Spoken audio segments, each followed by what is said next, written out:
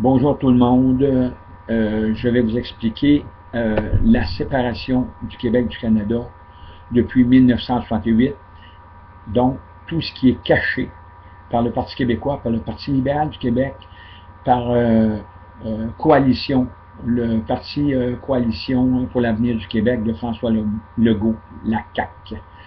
Donc, le Québec ne fait plus partie du Canada depuis 1968 par l'abolition, par la suppression, quand le gouvernement de l'Union nationale a supprimé avec le premier ministre Pierre Elliott Trudeau du Canada. Ils ont ensemble supprimé l'article 71 et l'article 92.1 de l'Acte de l'Amérique du Nord britannique de 1867, sans qu'il y ait référendum et sans qu'il y ait amendement constitutionnel à l'article 71 et à l'article 92.1 de l'Acte de l'Amérique du Nord britannique en 1968. Suite à cette suppression, donc après avoir supprimé les articles 71 et 92.1 de l'Acte de l'Amérique du Nord britannique de 1867, ils ont créé l'Assemblée nationale du Québec. Et l'Assemblée nationale du Québec a été créée sans loi.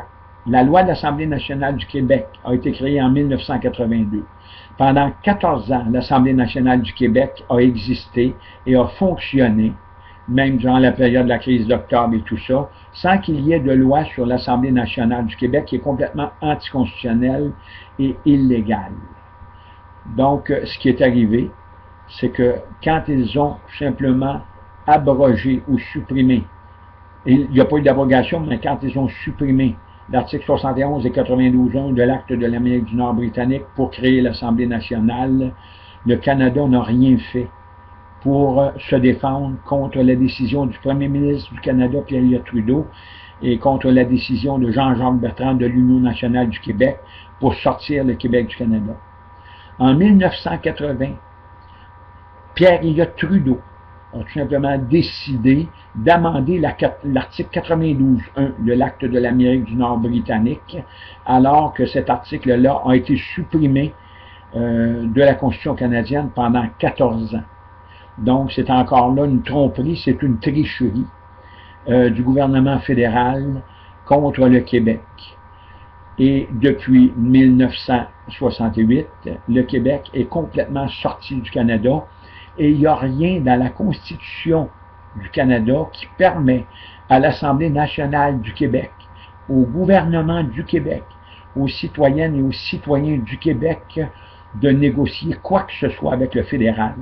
Le Bloc québécois a été institué pour siéger à Ottawa, à la Chambre des communes du Canada, sans qu'il y ait une constitution qui permette au Québec de représenter des Québécoises et des Québécois à la Chambre des communes du Canada ou au Sénat canadien depuis 1968.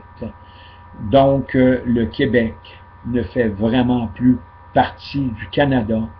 Et quand on parle de séparation du Québec, de référendum, tous les référendums, les deux référendums qui ont eu lieu ici au Québec, et la fameuse commission Gomery, sur le fait que Jean Chrétien donnait des millions de dollars ici au Québec pour garder le Québec dans la Fédération canadienne, c'est un crime contre la démocratie et contre les gouvernements du Canada et aussi contre tous les pouvoirs exécutifs du Canada, donc c'est-à-dire les pouvoirs exécutifs des provinces et contre le pouvoir exécutif du gouverneur général du Canada. On ne fait plus partie du Canada depuis 1968.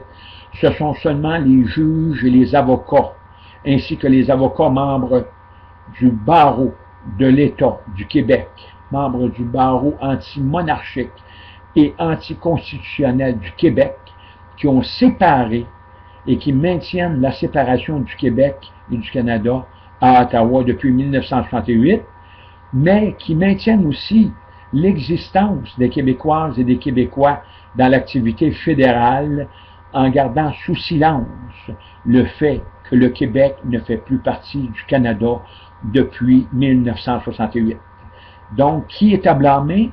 L'administration de la justice du Québec, ses juges et avocats, qui ne disent pas à la population qu'on ne fait plus partie du Canada depuis 1968.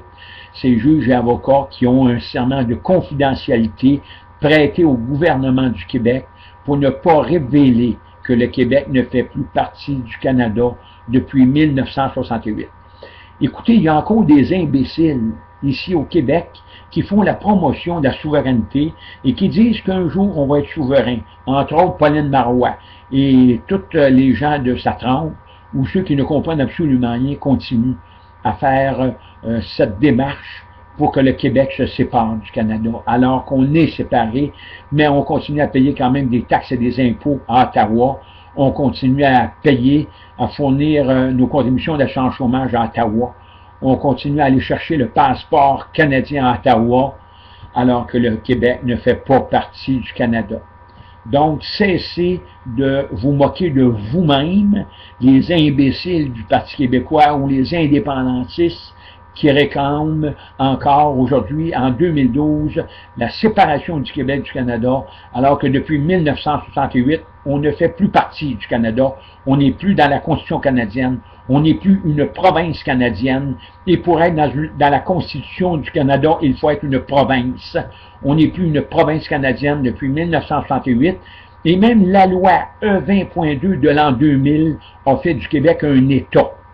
Donc, dans la Constitution canadienne, il y a un seul État, c'est l'État canadien. Et l'État du Québec ne fait pas partie de l'État canadien. Souvenez-vous de ça, sortez de vos coquilles et partagez cette information. Merci.